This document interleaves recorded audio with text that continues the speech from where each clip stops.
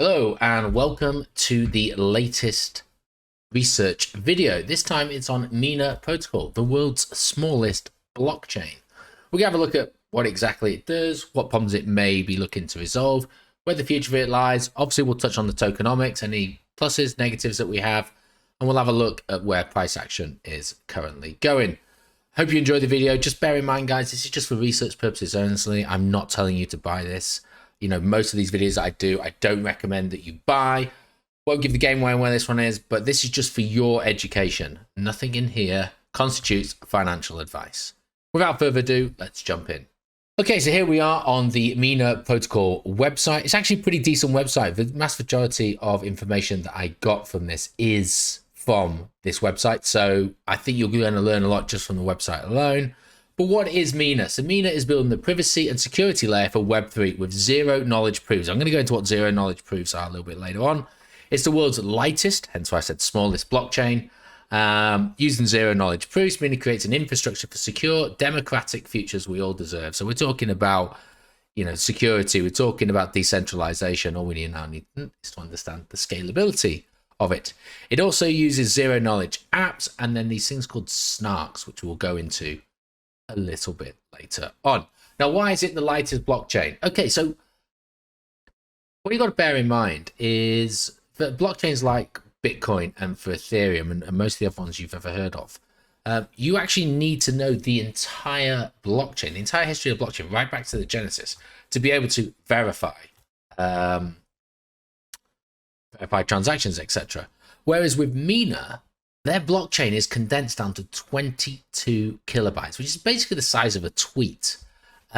Most other blockchains are in the hundreds of gigabytes. Now, this gives a huge advantage to Mina just for the size, the space it takes, the time it takes to download the blockchain, etc.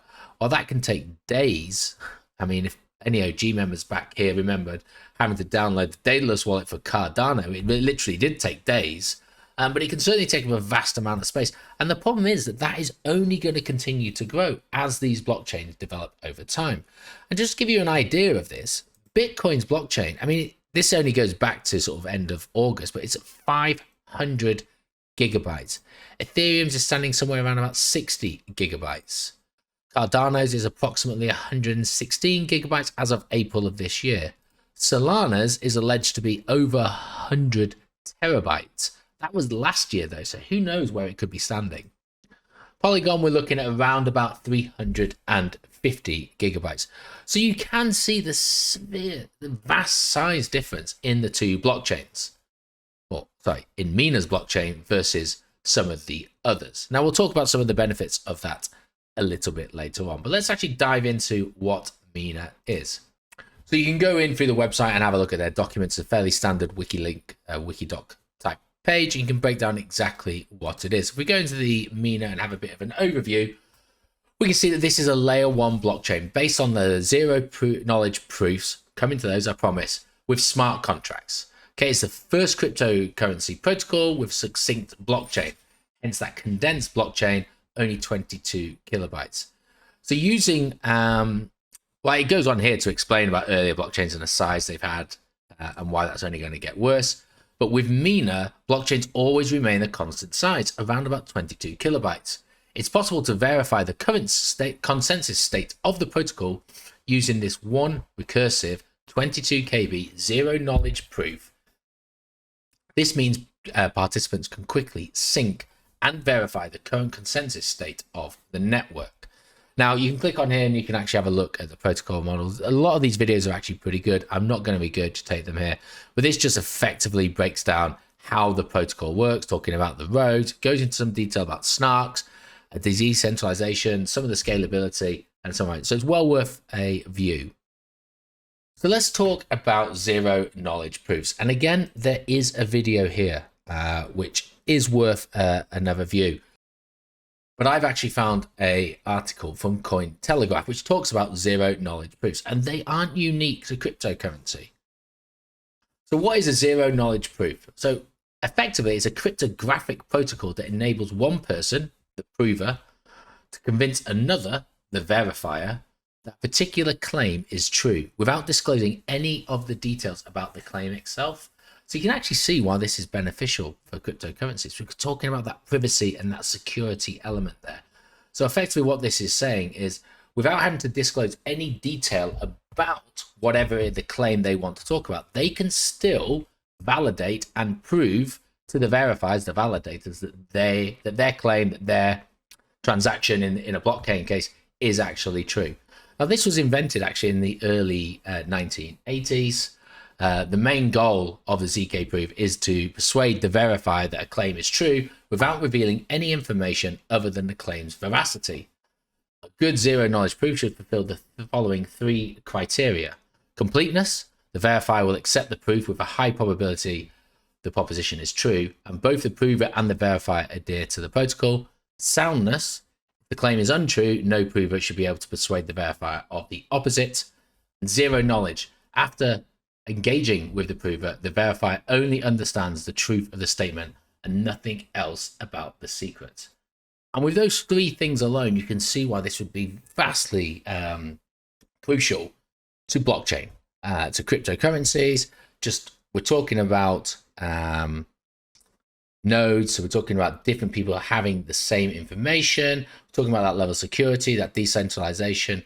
But to be able to actually verify things without having to understand the complete, I don't know what the term I'm looking for, complete history, the complete claim of whatever it is really going to benefit. Now, there are different types and it goes into those. I don't think it's necessarily important, but what we will do is we'll scroll down to how it's used in blockchains. So it is incorporated into blockchain platforms, but I should say that Mina Protocol isn't uniquely using this. There are a number of blockchains that use zero knowledge proofs, but it does provide a potential technique for boosting efficiency because you don't need to explain everything, so it speeds things up. Security, because you're not telling everyone all about it, and that privacy for the same reason. And then it talks about, it serves multiple purposes. Privacy, confidentiality, allows for private transactions, letting users perform transactions without disclosing the underlying information. Perfect. Verification and auditing, without disclosing the real data or information. ZK proofs can be used to check the accuracy of specific computations or statements, guaranteeing data integrity and makes effective auditing procedures. Scalability, so ZK proofs can increase the scalability of a platform by offering concise proofs of complex computations, which can help minimize the computational and storage overheads of the blockchain. Identity and authentication, using these proofs, safe identity verification and authentication while protecting user privacies, and then cross-chain interoperability helps with cross-chain communication and asset transfers while protecting privacy by facilitating interoperability among various blockchain networks. We'll talk about Mina's current status in terms of their interoperability a little bit later on. But what consensus mechanism does it use? Well, it uses a proof of stake consensus mechanism. This one is called the Ouroboros Samiiskia, I think. Now, it is based on Cardano's Ouroboros consensus mechanism. And ultimately, the whole point of this is to use far less computational power and energy than any proof of work, because we're not holding the entire of the data. We don't require expensive energy-consuming equipment to participate in the consensus. And actually, because the blockchain is so small, and this is one of the benefits, I would say, is that any device can actually hold the blockchain. At 22 kilobytes, you could store it on a watch if you needed to. But the fact that you can store it on, say, your mobile phone means that you can actually be a block producing node operator yourself, and you can stake your own tokens yourself. You can provide security to the network by yourself rather than having to use a validator to do that. Now, you can also delegate that to other validators as well, so that's not taking it out of the equation. What are snarks? So there is a video here, as I talked about, which talks about zero knowledge proofs. And then there's some written detail about how these snarks interact with the zero knowledge proof. It talks about where's Waldo, where's Wally, for those based in the UK. And it's kind of like just expands upon this analogy here. But then we get to the snarks themselves. So the snark is an acronym, and it stands for zero knowledge, that's the ZK part, succinct, non-interactive argument of knowledge. Now, succinct means that the proofs are small and they're easy to verify, even if the concept being proven is complicated. Non-interactive means that we don't need to back and forth communication between the provider and the verifier. So in the example of where's Wally, the provider can just hand over proof, a construction paper contraption, and the verifier can tell if the proof is valid without asking any further questions. Waldo is there, Wally is there. Argument is a formalism of taking about these proofs because there is some fancy cryptographic and non-determinism that doesn't quite make these formal proofs in a traditional sense.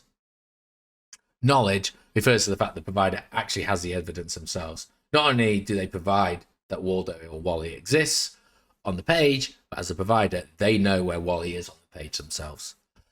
And all these snarks have all of these properties. They don't leak information. They're tiny. They're easy to verify, even if the notion is complicated. They don't require back and forth communication, and they are proof of knowledge.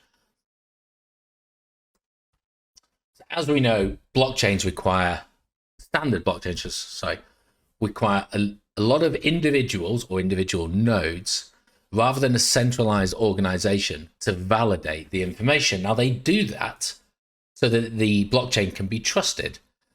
But to do the validation, standard blockchains have to validate or replay every single block all the way back to the genesis. Mina doesn't do that. What Mina does is they provide a sequence. These snarks allow for it that as long as they can prove that the small section previous sequence of blocks form into a valid blockchain, then that is sufficient. So again, they don't have to know the entire thing. They just have to be able to prove that one element. There is a video on this on the website. It's about 5 minutes long. It kind of explains what happens if that doesn't work. I didn't think it was relevant for this, but it's worth a look out if you're really into this project. Rather than revalidating the full sequence of blocks every time a new block is created, Mina just tweaks the proof statement slightly, saving the time and energy. So Mina proves that there is a valid proof for some sequences of block, and that a new extra one is also valid. In a sense, every time a new block is created and broadcasted through the network, we extend the proof of support this extra block. We extend the proof to support this extra block. So that makes sense. So it's like one of those collapsing dolls. The initial proof is at the core with outer layers of proof being added to it. So you don't have to go all the way back to the core. And like it says in this picture, that first square, but all you're looking for is the last square each time. The last layer, if you can validate that, you can validate everything. It is simplified. It opens limited possibilities. You can have a look through all of those. Now, there are some technical papers on this. There is a traditional white paper. I've got to be honest, I didn't read it. It's one of the ones that I don't particularly enjoy reading, but it is complicated. It's a lot of equations, a lot of letters that aren't in the English alphabet, etc. You know what they're like. So it's there if you are interested in things like the snarks and all that kind of stuff. It does detail them in far more detail than I've gone into, so please take a look. And similarly, there is an economic and token and monetary policy blockchain, which kind of goes through how the rewards happen, how the incentives are there, etc. And it's a lot shorter, it's easier to read. Potentially you might be interested in that. Now, going back to what it does and how it works. So yeah, using your own data. So just talking about some of the things that they're looking to sort of move Mina towards. So users today are compelled to hand over their data to centralized entities in order to participate in the modern world.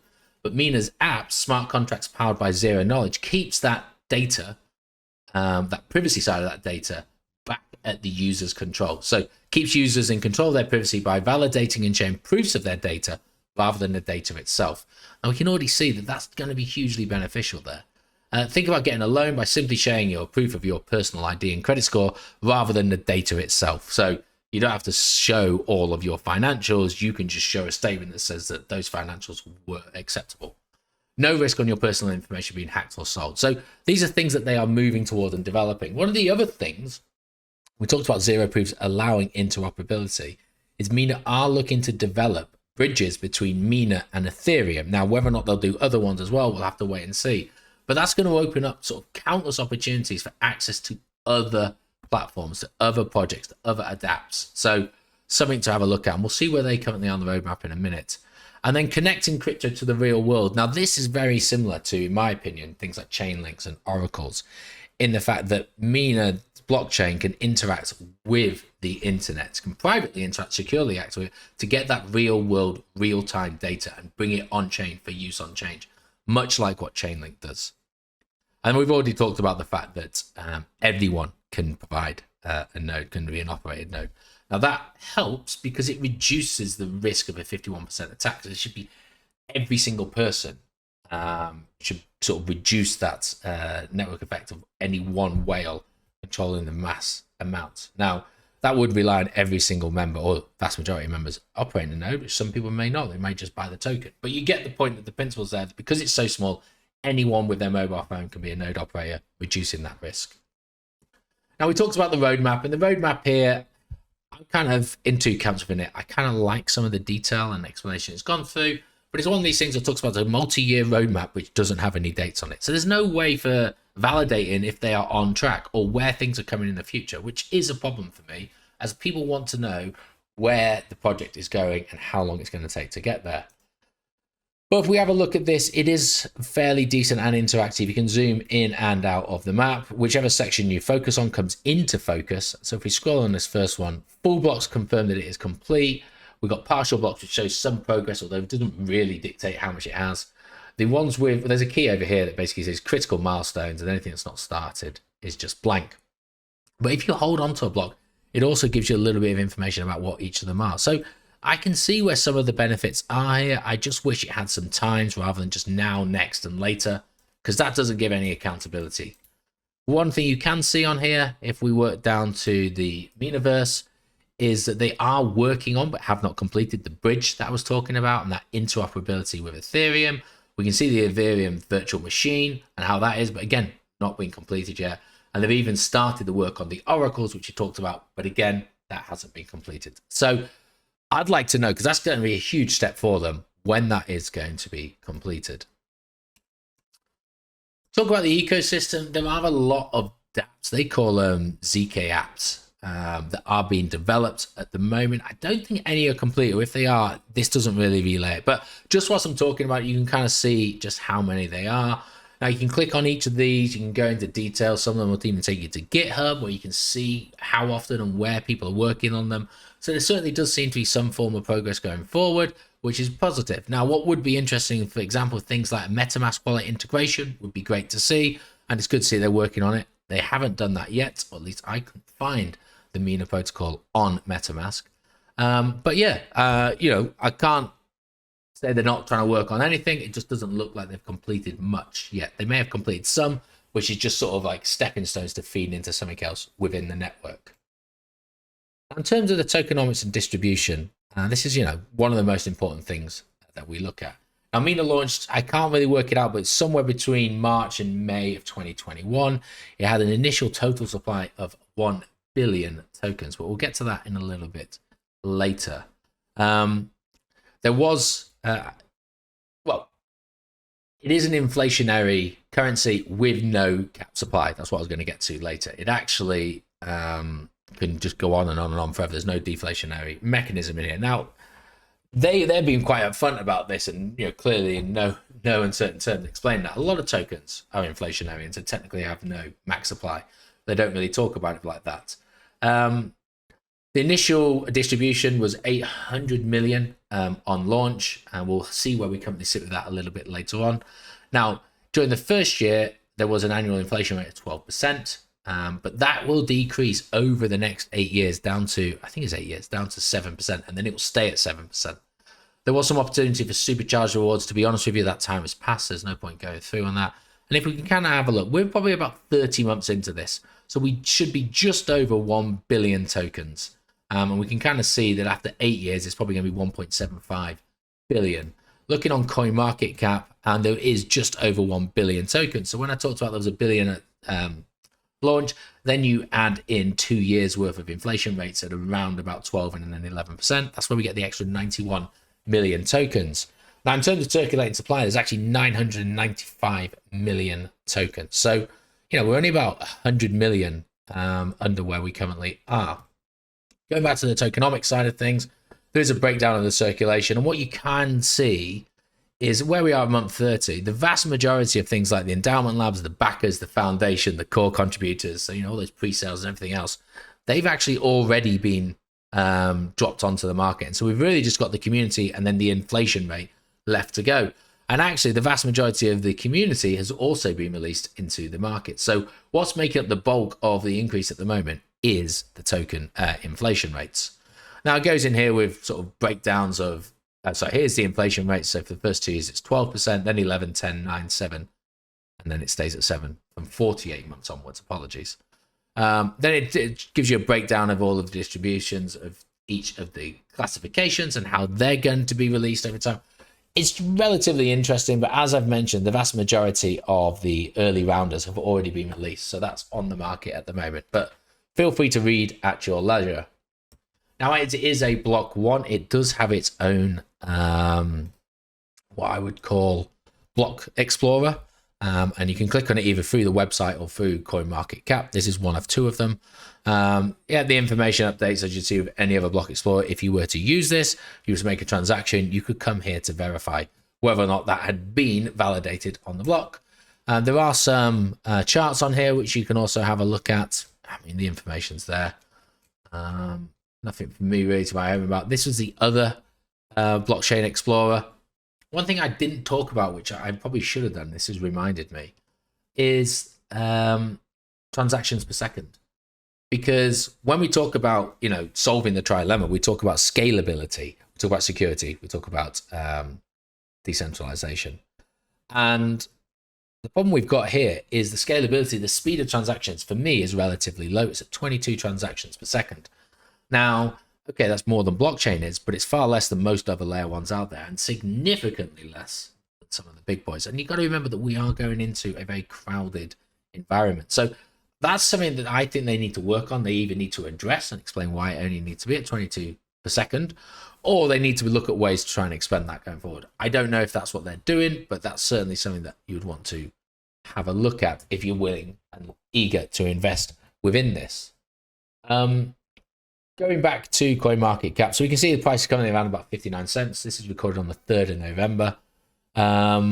It's ranked at 67 on CoinMarketCap with a market cap just under 600 million. 24-hour volume it's actually down 50% nearly, but it's still at 30 million. We've already talked about circulating the total supply and the fact that max supply is technically unlimited. It's got all the links that you can click on there, and we can have a look at the markets. We can see it's actually listed on the vast majority of, most of the exchanges you will have used, but it's also listed on decentralized exchanges as well. So you can toggle through these. We've got a couple of decentralized exchanges, and then we've got all of the centralized exchanges. You can even toggle through perpetuals and futures as well, whatever you want. But there it is. Now let's have a look at some of the price. So this is on the 3-day chart, just so we can kind of fit everything in. This thing launched, like I say, end of May, and it skyrocketed up as you would expect on a launch, and then it just absolutely plummeted as all of the early investors got to dump. So we've already had that experience. It also then benefited from the second half of the 2021 bull run, and we saw it climb all the way back up, and it picked up momentum as the alt market did, getting to around about 650. So for me, that's the kind of tops that I'm going to be looking at when we talk about all-time highs, because I don't think day one release is really a true reflection. Unfortunately, since the end of the bull run, though, it has suffered like all other alts have done, and it's just continued to fall away. It's had some spikes and some recovers, but prior to the Bitcoin and altcoin pump a few days ago, we were actually recording all-time lows in and around 35 cents. What I will say is this pump over the last couple of days has been astronomical compared to the rest of the market. We have seen a move 165%, far greater than most other altcoins in the same period. Now, unfortunately, Mina has then regressed since then, and we've retraced approximately 50% from that level, which is kind of expected given the sudden rise of the token, and we see it sitting just under 60 cents. My biggest issue has to be, though, that even after that rise, it has failed to beat this peak here. So we're still in some sort of downtrend. And the worry has to be that if it can't hold 35 cents again, then it's highly likely that we're just going to form another lower low. So that's something to definitely keep your eye on at the moment, and just to see where that goes. But just going back to Mina then, just for me, in summary, as we mentioned, it is the lightest, the smallest blockchain, layer 1 out there at 22 kilobytes to hold all of the blockchain information.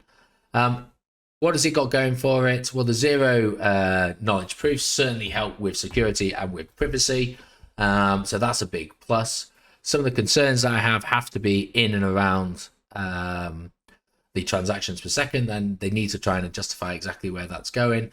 But it is good to see that they are working on quite a number of projects within the own ecosystem, particularly things I think will help solve a real world issue that perhaps some other blockchains aren't doing. Things like oracles, things like the security of that data that you're providing across the internet for whatever it is. The example they gave was for a loan application. I think there could really be a real world use for those. But again, for me, one of the concerns that I do have is just the price action at the moment. We have just seen it massively spiked up and it is starting to retrace. So if you are looking to get in, you might just want to consider where your entry points are going to be, given what happens typically after such a large spike. Okay, and that's it for me. I hope you enjoyed the research project review on Mina Protocol. Definitely some positives, definitely some things that Indians need to work on. I'll be honest, I was never interested in this in the first place. It was more just because people had asked for this. I've got the set tokens that I'm sort of in and the areas that I want to cover, and I think just another layer 1 doesn't help develop my portfolio in any way, shape, or form. And I see no reason why this is surpassing any of the other layer 1s that I'm holding.